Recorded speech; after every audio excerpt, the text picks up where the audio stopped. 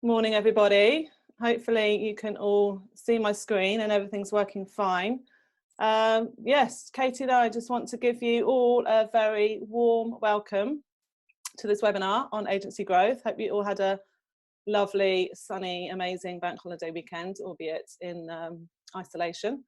So this is the third masterclass on agency new business and on agency growth that's been run for Pimento members. And obviously, clearly a hot topic for agencies at the moment. But what's been covered before by Adam Graham and Katie Street was of real value. And really, we just hope in this session just to be able to add a little bit more on top of that by sharing some practical tips, advice, and kind of real how-to content that will enable action to keep your agency pipeline and new business pipeline going during this global pandemic. So we're going to run, it's a fairly short session today. If you've got any questions, please just type them in the Q&A box and we'll have a look at them at the end. So just as a quick introduction for those of you who don't know us, because we very recently joined the Pimento Network, Katie and I, we founded Cherry back in 2004. So yeah, 16 years ago now. And we are a strategic new business consultancy and we support creative and digital agencies. And essentially we work with agencies to plug any gap that they may have in new business and marketing. So from strategy all the way through to execution. And the bulk of our work is really helping agencies deliver revenue predominantly from the cold new business channel. So as I said before, we're new to Pimento, and really we just want to help you members to navigate some of these tricky times that we're facing at the moment. So I'll hand you over to Katie, who's going to say a quick hello, and she's going to start by talking about whether agencies should actually pause or keep going with their new business activity at the moment. Thank you, Lucy, and welcome everybody. Thanks so much for joining us today. So this is the big question, isn't it? Should we be pausing or should we be keeping going? And ironically, in these rather extraordinary circumstances, in many ways, agencies need to get back to doing what they should be doing in ordinary circumstances. This is the moment to actually do all of the things that you know you should be doing for new business, but actually rarely have a chance to do, to kind of future-proof your agency's growth, which right now is of particular importance. And although you may choose to, for example, now look at things like your proposition to help you compete more effectively moving forward, I think today, particularly given Adam and Katie Street's contributions in previous weeks, we thought we'd focus a little bit more on some sort of pragmatic advice about how you can help keep your agency front of mind. I mean, the kind of background to this slide before we sort of get into the pitch piece is that in 20 years of working in creative sector, new business and business development, we've observed that actually regularly it's unusual for agencies to have a chance to activate the strategies that they have in place. A sort of ongoing process of engaging and keeping up with your network of contacts as well as new prospects.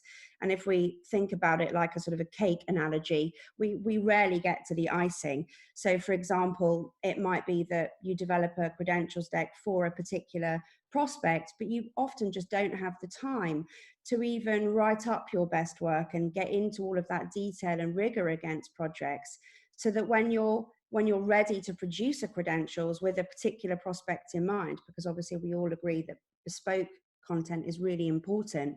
When you come to do that, you should be able to pull together those creds very quickly and spend your time getting into the content and specific thinking that really adds value to the prospect that you're meeting in their business. So this is a really good moment to bake your basic cake. And then you'll be able to get to the icing when this market picks back up again, which we all recognize, we all recognize that it will. Also, if you just reach a point where you can't make investment in new business, we're realistic. We recognize that particularly if you are investing in consultants or external partners to help deliver on new business, it is a sensible approach. We're all cutting cost, and that can feel like a very sensible decision. But what Lucy and I also recognise is the value of keeping your pipeline going. And the agencies that do well with new business, they are activating consistently. And even if you scale things back and, you know, you pause to the most part, you should still be keeping going some conversations, because it's really not, business is not won through a stop-start process, and it is about developing relationships. Now, interestingly, although the market might have had less of an appetite for cold prospecting, and I don't think Lucy and I have particularly advocated that in any case. Proactive prospecting, yes, but I'm not sure if we would describe it as cold. But fortunately, it's a little bit of a war spirit right now, isn't it? You know, everyone's affected. So rather unusually, people are a little bit more open to some human contact because everyone's affected. Everyone's looking for that community support. And interestingly, after Brexit, many see this as the moment where perhaps as a country, we're beginning to come together and businesses are coming together. Coming on to the piece about pitches, pitches are still happening. You know, if you're a charity, you're still having to run emergency appeals. You're still planning for your really important Christmas campaigns. If you're a business for whom Christmas is a really important trading period, you're still preparing for that now. Now, you might not actually run the pitch now, but you might be preparing to run a pitch that will come further down the line. Interestingly, there is a new article. I mean, it's a consistently evolving situation. And today on Marketing Week, there's an article that talks about some very profoundly depressing numbers around clients who are now pausing projects because 70% of their business, you know, the customers are just not spending with them right now. And so I think it's taking on board that this is evolving, but the message remains to kind of keep going and keep reaching out in the right way, which we'll come on to. Also, there's some really large RFP and RFI style reviews that take months to prepare and plan. So, for example, I'm interested to have a look at the government roster communications roster review, which is coming up later on in the year in September. Will they still hold that? Because that's a classic example of where as an agency you need to get your toolkit together, and everybody knows how horrifically painful those RFIs are. But again, you can take the sting out of that by preparing for that now. These procurement departments ask for very similar information, and often it's the larger networked agencies that already have a sort of Bible of resources to which they refer when they have an RFI that comes into the business. I think for smaller and mid-sized independent agencies, again, I think it tends to be the work that we all get together when that opportunity comes up and we've really got a chance to get ahead. And I think Katie Street talked about this in her masterclass. Whether you're talking about the 1920s or 2008, businesses who do stop, who cease entirely, who cease to market themselves, they do not perform well. And it takes them several years to get back up to the markup that they were before and the performance levels they were before. So there is a real lesson on that. And Katie also talked about Martin Sorrell's comments, and I always take very seriously what Martin Sorrell has to say about numbers, being sort of, and I say this very favorably, the most infamous bean counter in the industry. So he's very much worth paying attention to. Martin talks about a V-shaped recession. So there's going to be a lot of pain now, but as we go into Q3, Q4, and into 2021, he's expecting there to be a really big deluge of pitches, you know, that the market will all come back, and you need to be in a fantastic position for when that happens. So the sort of, in summary, perhaps a pause to have a look at your contacts, and we're going to come into some specific things you can be doing. But it's get your toolkit ready, get yourself organized, and be ready for when the taps come on again. And we'll just go on to another slide, our next slide, which we're going to share with you here, some top kind of 5 practical tips about the things that we think you should bear in mind and be doing now. And the first slide is around being helpful. The first principle is about being helpful. You know, values such as tolerance, empathy, fairness, they really matter now more than ever. Now, we've always believed in value exchange, you know, give and get given. This is not a new principle in new business and business development. But interestingly, have you received sales approaches now? Because I know I have. You know, I've received a number of sales communications from people looking to flog me stuff, and they're not being helpful. It feels quite self-serving. And these more kind of salesy communications, I think they stand out. I think they stand out for the wrong reasons, and mostly because they don't suit the spirit of these times. But on top of this, I just think in general, you want to make sure that you don't create, you know, a bad experience or a less, you know, a less positive experience, because we all know that people will share when something's been a bit off and not quite right, rather than when something's been fantastic. You know, that sort of negative brand experience is something that people share more than the good. And this is true with cold prospect audiences in particular. You know, they're not forgiving because we're all operating in a highly oversupplied marketplace. And what they're trying to do is deselect. So it's easy for a potential prospect to disengage with you when they don't know of you or your reputation and your work. And I think, again, this is more likely when you're a small to mid-size agency. It's more important. You can damage any brand by having a negative interaction, but I think you can genuinely damage your agency reputation by not taking the right approach. Again, particularly important from cold, important for everyone, particularly from cold. And this is the time to be truly helpful without asking for anything in return, and to work out how you can be helpful and with what. And I think insight's always been part of what we recommend, you know, to use insight and to take pieces of genuine value to prospects to share with them. So that kind of remains. And again, in this deck today, we'll share a little bit more detail about what we mean about that. And Lucy's going to come on and have a discussion about targeting and what you should be looking at there. Thank you, Katie. So yeah, I think, you know, we all recognise that COVID-19 represents just a massive humanitarian challenge that's totally unprecedented in recent times. And, you know, in the UK, we're actually only not even a month in, but it does feel like a lifetime. But I don't think any of us have ever worked through anything quite like this. So it's tricky for us to hand on heart say what will work and what won't work, but only time will tell. But what we do know is that new business is always and has always been a long-term process. So you do need to work out what seeds you can sow now that will have some impact and reap some benefits in the future.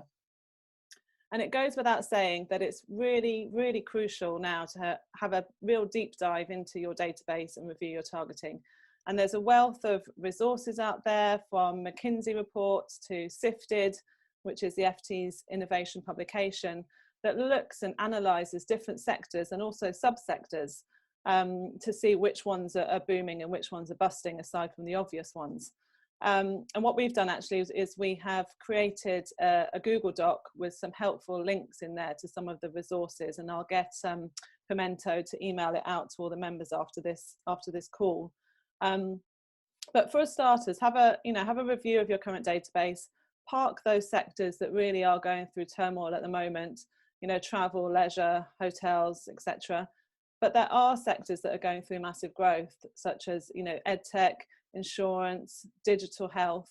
And BBA produced a really, really interesting white paper recently, which was for brands and the impact of COVID-19 on brands. And again, we'll share this in the resources. But they refer to Maslow's hierarchy of needs and the basic physiological and safety needs that people have and people will have during this pandemic. And those needs are, you know, they are quite obvious, but, you know, thinking about it, it's about connectivity, being able to feel connected to not only your work colleagues, but also to your friends and family, having access to food, being able to be productive, so having all the tech facilities that you need when you're working from home, learning and education for your children, health and well-being and exercise, and also home maintenance and DIY. Those retailers are absolutely stacked with orders for people trying to renovate and get all those jobs done in their house that they've had on the back burner for years. But although these companies in these sectors are booming and will be booming, you know, that doesn't mean you should go out and send mass mailing campaigns and start targeting them, because you've got to bear in mind that they too are going to have their own challenges. you know, they're going to be looking at how they can mobilize their workforce. Many might be just too stacked, dealing with the sudden increase in demand. They're going to have to do some big tech transformation, a lot of them are. And so considering new agencies is just not going to be on their agenda at the moment. So, but that doesn't mean you can't build a relationship for the future. So it's all about thinking about how you can be helpful to those sectors and where your services can kind of plug into their needs. You know, we're hearing that a lot of corporates, you know, the big corporate companies have put a freeze, an automatic freeze on budgets and kind of new spend and hiring new agencies. But there'll be smaller companies that are led by fewer people that can make decisions on budget and on agencies and much quicker. And, you know, use this time to kind of, you know, when you're having conversations, you know, draw back to what Katie was saying and remind them that brands that, you know, there is historic proof point that brands that keep going and keep going in very specific ways do emerge from these recessions and economic shocks a lot more ahead from their competitors. There are also startups that are backed by VC investment and they're still going ahead with some of their projects, you know, maybe with a bit of a change in timings, but they still have that investment and they're still going to need tech support, build support, branding, graphic design to help get their, and social media to help get their projects off the ground. But instead of also spending time looking at, you know, the short-term impact of this pandemic, think about the medium and longer term impact on different sectors and your audience and the companies that you usually work with. So, for example, what is the impact on education in the longer term? Because I'm reading that many predict that actually students are going to see less value in continuing in classroom education. More parents as well will perhaps now have the confidence to homeschool where they didn't before, and they might continue to do so. So I imagine many independent schools and private schools might struggle to keep up their kind of pupil levels. There's also going to be implications for, well, really for all sectors, because if you think about it, our lives will have changed for the definite. We're not going to be going back to kind of the new normal, how it was before. It's going back to the new normal. And I actually read an interesting article yesterday. I can't remember the name of the company, but it was a real estate company, because in China, people can now go back to work. They're allowed to go back and work in an office full time. But actually, many aren't working in an office full time. They're staggering their shifts, so they're not all in there together. And this real estate company had imagined the office of the future, and how actually there may be markings around people's desks. The open office might not be as open as it used to be, and might be markings around people's desks, for example, to create that kind of space that people need between each other, and also signage to create that flow of people traffic throughout the offices. So just think about how you can help brands prepare for the new normal. You know, more and more people will be shopping online now. So will they actually go back to shopping in store, for example? And the population, we're all massively relying on large brands, large corporations, and relying on the government to deliver key services. And therefore, trust in these brands is now being built back up. So be aware. You know, these brands are now having we've got a lot more trust in these brands and corporations, which is great for them.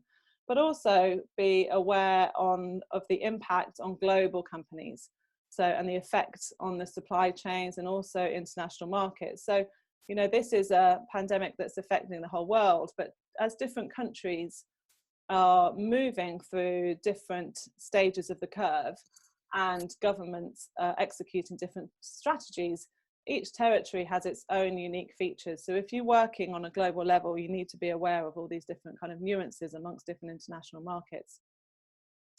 And also the different disciplines within marketing and marketing services will all face different challenges. So there's a pause on outdoor advertising, for example, which is now going to be replaced by much more TV ads. But obviously we can't be shooting in the real world. So companies and brands are going to be relying on animation companies, illustration, CGI, and creative typography, and they'll be reusing existing images to create new adverts. Digital content and social media is so important now to create that engagement and direct and personal engagement with your audience, as well as direct marketing and email marketing. It's about building trust, but also brands need to kind of provide reassurance to their audience and to their customers that they can keep providing that same level of service that they're used to having. So, but before you start going after new prospects, and this is something that we've been advising, we always advise agencies actually, is, you know, you need to go back and look at your existing network and who you know. And Katie will chat you through this on the next slide. Thank you, Lucy. As Lucy says, we always recommend that clients start with those that they know. You know, that audience is where you're going to get your quickest wins. You know, naturally, it takes time to build brand and engagement and relationships with people that don't know you. And again, I think that's with independent agencies, you haven't got the benefit of being a Saatchi or a well-known agency where the ears of prospects may naturally prick up a little bit more. You have to work a little bit harder to get to there. But this is the perfect moment to shake down your contact lists. The good news is that it's always rather surprising how many people you actually know when you start to list it out. So you should start by making a list of those people, former clients, colleagues, warm contacts, people that you pitched to before and you won the pitch. I mean, in the marketing world, there's a reasonable turnover of staff and people move on. With a reasonably high frequency. And so even if a pitch was a couple of years ago, that person may well now be, you know, at another company in a similar senior role. So have a look at that. You may have lost a pitch, but there may well have been people in that room with whom you particularly got on with. You know, maybe you were pipped at the post. Again, I don't think you should be sheepish in listing out those contacts, because again, you may well not have picked up that particular piece of business, but you were sufficiently strong to be included on that pitch list in the first place. So from our perspective as business developers and new business people, you know, we think this is all really valid. General industry contacts, you know, what about press? What about your partners? What about others that you've participated in an agency ecosystem with, you know, that might not be an agency you're working with now? You know, all of these people, you can be helpful to all of these people, and it will really help you develop your pipeline and keep it going. You know, it's not just about your LinkedIn contacts, although when you go into that, that is an excellent source, because you've probably forgotten about 70% of the people that you're connected with. But what we're really recommending is that you get into the detail. That is important. So map out the clients you've worked with before and your lapsed clients at a company level, but also put a lot of rigor into having a look at where those individuals are now.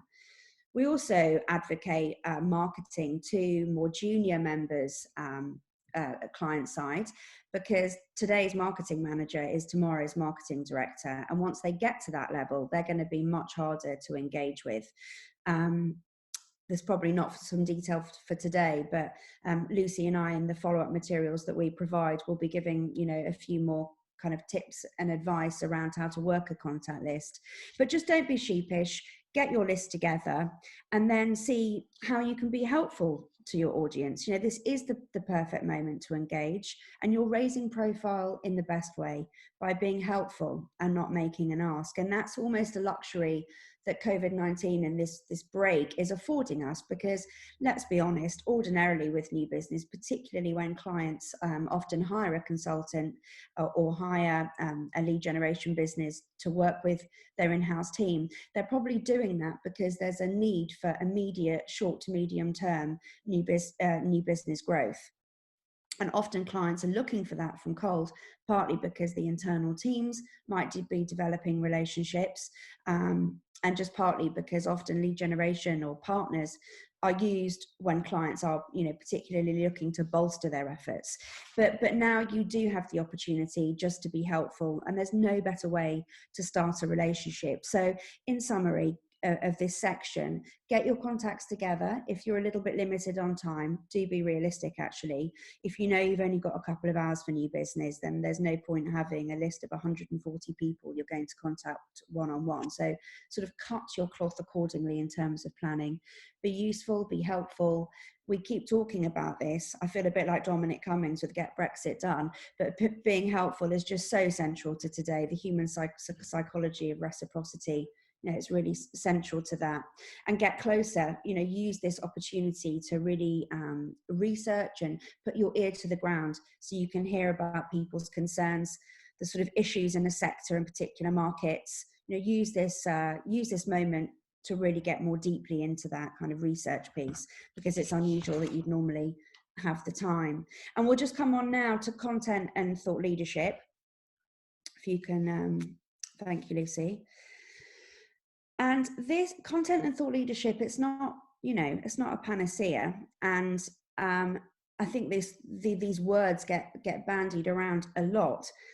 I think what we think now in this very particular situation we find ourselves in, our sort of headline advice is that you're probably better off producing a point of view and being helpful initially as you keep your ear to the ground and you really understand what's happening with a particular sector and their customers and what others, there's some fantastic research resources being produced by people like Kantar. Again, there'll be links provided to members following on, so you can have a look at the kind of materials and research resources that we're talking about. But that sort of getting, listening and learning, it's just so important. And as you develop any strategy, of course, that would be important. But really now you've got the chance often to get a bit more deeply into this research because people have a little bit more resource right now. So set up those Google alerts on both people and companies. It's an opportunity to deploy and try tools like social listening. There's some really fantastic free products out there, as well as paid for tools. All of this listening and this research and this deeper understanding is going to enable you to define what content would genuinely add some value to the market, to your prospect pool, to who you're looking, well, not just your prospects, in fact, but your clients. Audiences that you can add some value to and use for both new business and client development. I think we feel there's a lot of content out there and a lot of noise, and some of it, to be honest, feels like quite a lot of personal opinion and speculation. So we think it's better to bide your time. It would be better to share just a point of view rather than to go out to the market with perhaps something packaged as thought leadership, but really is only a point of view, and that we don't dismiss how important a point of view and how refreshing that can be. But if you're talking about producing a white paper or labeling something as thought leadership, you just have to remember that what clients particularly value is research that's backed up by empirical evidence. We'll often have some research at the back end, and actually when you look at some of the thought leadership and content that's produced by people like Kantar or Mintel, you get a real sense of that. Now obviously they're research businesses, and so it's natural that would have that, but I think it's important to remember that the client audience that you're targeting, they're highly commercial, and so marketing is just one function of their business. So always validate your thinking. I think these are the basic principles we would discuss with clients ordinarily, but given the sort of shifting sands position of COVID and its impacts, I think it's probably even more important that there's a lot of rigor and planning and real time that goes into thinking about what thought leadership is going to be powerful, rather than being too quick to go out to market. And again, this is a little bit more of a pragmatic session on what you can do. I think Lucy's final section, number 5, on prospecting and pitching, is particularly useful, talking about keeping your pipeline going. Lucy. Thank you. So yeah, I mean, if we can offer one kind of real bit of advice, or if you have one key takeaway from this session, let it be that instead of trying to sell your agency services, just make sure that all of your approaches and messages and communications can be about how you can help. Show empathy, don't sell, but also don't be afraid to reach out to people and don't be afraid to follow up. most immediately at the moment, it's all a matter of tone and behavior, both for brands and also for agencies. You know, you will lose out if you appear opportunistic or appear to be crass. You know, we can see that brands are rethinking all of their campaigns at the moment to make sure that any marketing activity that they're doing is in the benefit of people and their new needs, and not because they're looking to shift product. And actually, agencies, we need to adapt our messaging to reflect that, and so that it reflects a very similar vein. And when you approach companies and prospects, just think about how you can help. How can you really add value, and how can you develop a good, strong relationship for the future? Everyone's working from home. You know, we're all working without our teams, working remotely. And actually, we're finding that a lot of people that we're talking to are welcoming conversations with new people, as long as they don't feel sold to. It's all about making connections, adding value, finding and understanding their pain points. I found actually that Slack groups have been a real goldmine of leads, and not because we're out there kind of prospecting in the Slack groups, because that just looks naff, but you know, Slack groups, webinars, informal WhatsApp groups, they are real lifesavers at the moment, and they're helping people feel connected. So perhaps you could consider setting something informal up, a sector specific one, or something for your agency, but where your clients and your connections and potential prospects can share some problems, share challenges, resources and needs. You know, it's a real good way to get under the skin of some of your clients and some of your prospects. And then when you look at approaching any of your old contacts that Katie went through, again, make sure the message is more about, let's have a chat, let's just see how we can help each other. And I'm sure there's many people on your list that you can get around to ringing that you have been meaning to for a long time.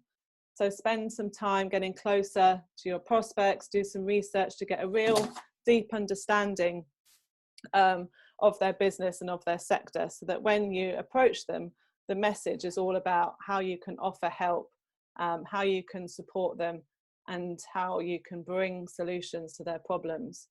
And you know, at the back of your, you have to always remember that the most immediate tasks for businesses are clearly you know, the really important tasks of caring for their staff and well-being, and ensuring that critical supply chains remain unimpaired as much as possible. And brands, although they will be planning longer term, those plans need to be really fluid. You know, the world is changing day by day. So make sure that your messaging and your services and what you offer really reflects that. Start working, for example, in short sprints if you don't already, and think about how can you be really adaptable and flexible and agile in the way that you work with clients. And then, of course, there are the real practical implications of pitching virtually and using, you know, different platforms like Zoom and Google Hangouts. It's really important now more than ever to find that time to rehearse and practice. Make sure each of you in the team knows each other's roles so that you don't talk over each other. Make sure you've got the right tech set up, think about your background, do some sound checks. And unfortunately, it's even harder than it was before to read your audience, especially if they turn off their video. You won't be able to look at any of their kind of body language or visual cues. So it's worth, I think, investing in training for your team. Try and find some training that's specifically focused on using your voice to pitch. You're not going to be able to rely on creative props or room dressing anymore. The only thing that comes out of your mouth, your voice, is the only thing that they're going to hear. So, and also really think about it from the brand and brand team's point of view. They won't have, be used to pitching virtually either. So offer advice on how the pitch process could be run virtually. Think about how you can streamline the pitching process. And obviously, as agencies, you're all looking at how you can cut your costs as much as possible. You know, margins is tight and squeezed for everybody.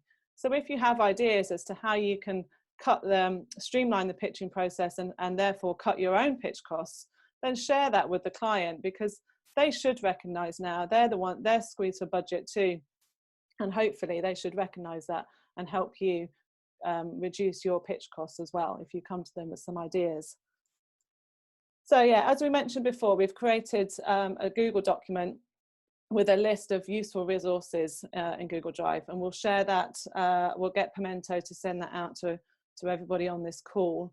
But it's worth taking a look at it. We'll be adding to it over time as well, and it includes a really useful study into the medium and longer term impact of COVID-19 on society and also the economy. It looks at how different sectors will be impacted by people's behaviour, as well as we'll share some of all the other stuff that we've mentioned.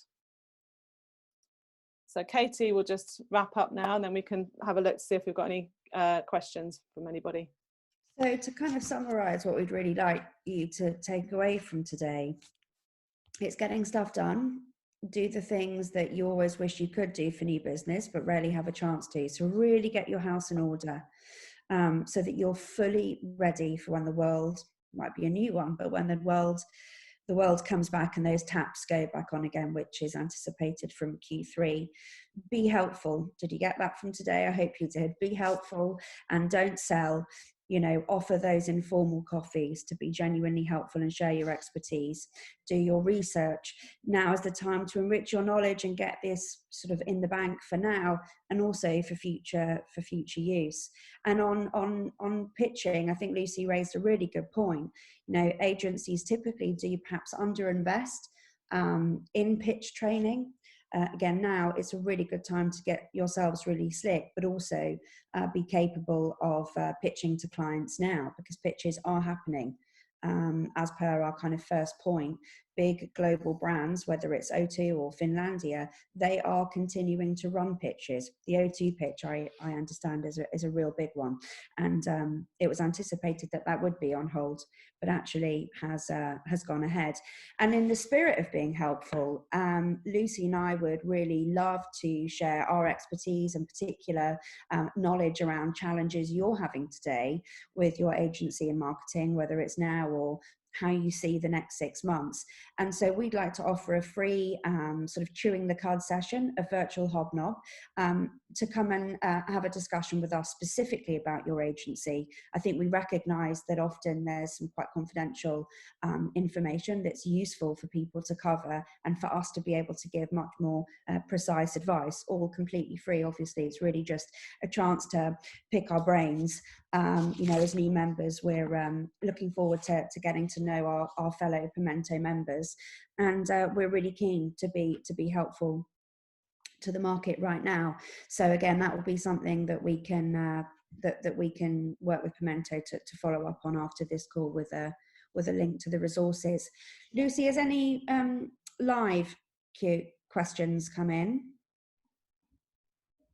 I'm just going to have a look. I can't see any at the moment. Let me see if I. Great. Okay. So I think. I like David's comment that Pimento has won a piece of business via a Zoom presentation since the lockdown, and it does work. Marvellous. That's brilliant. Point. I can't see the comments on mine. I share that with Lucy then. But thank you so much for joining us today. We've really enjoyed sharing those tips and getting ready for today. So we hope that you found some value in that, and you'll see some value in the follow-up materials that we'll be providing.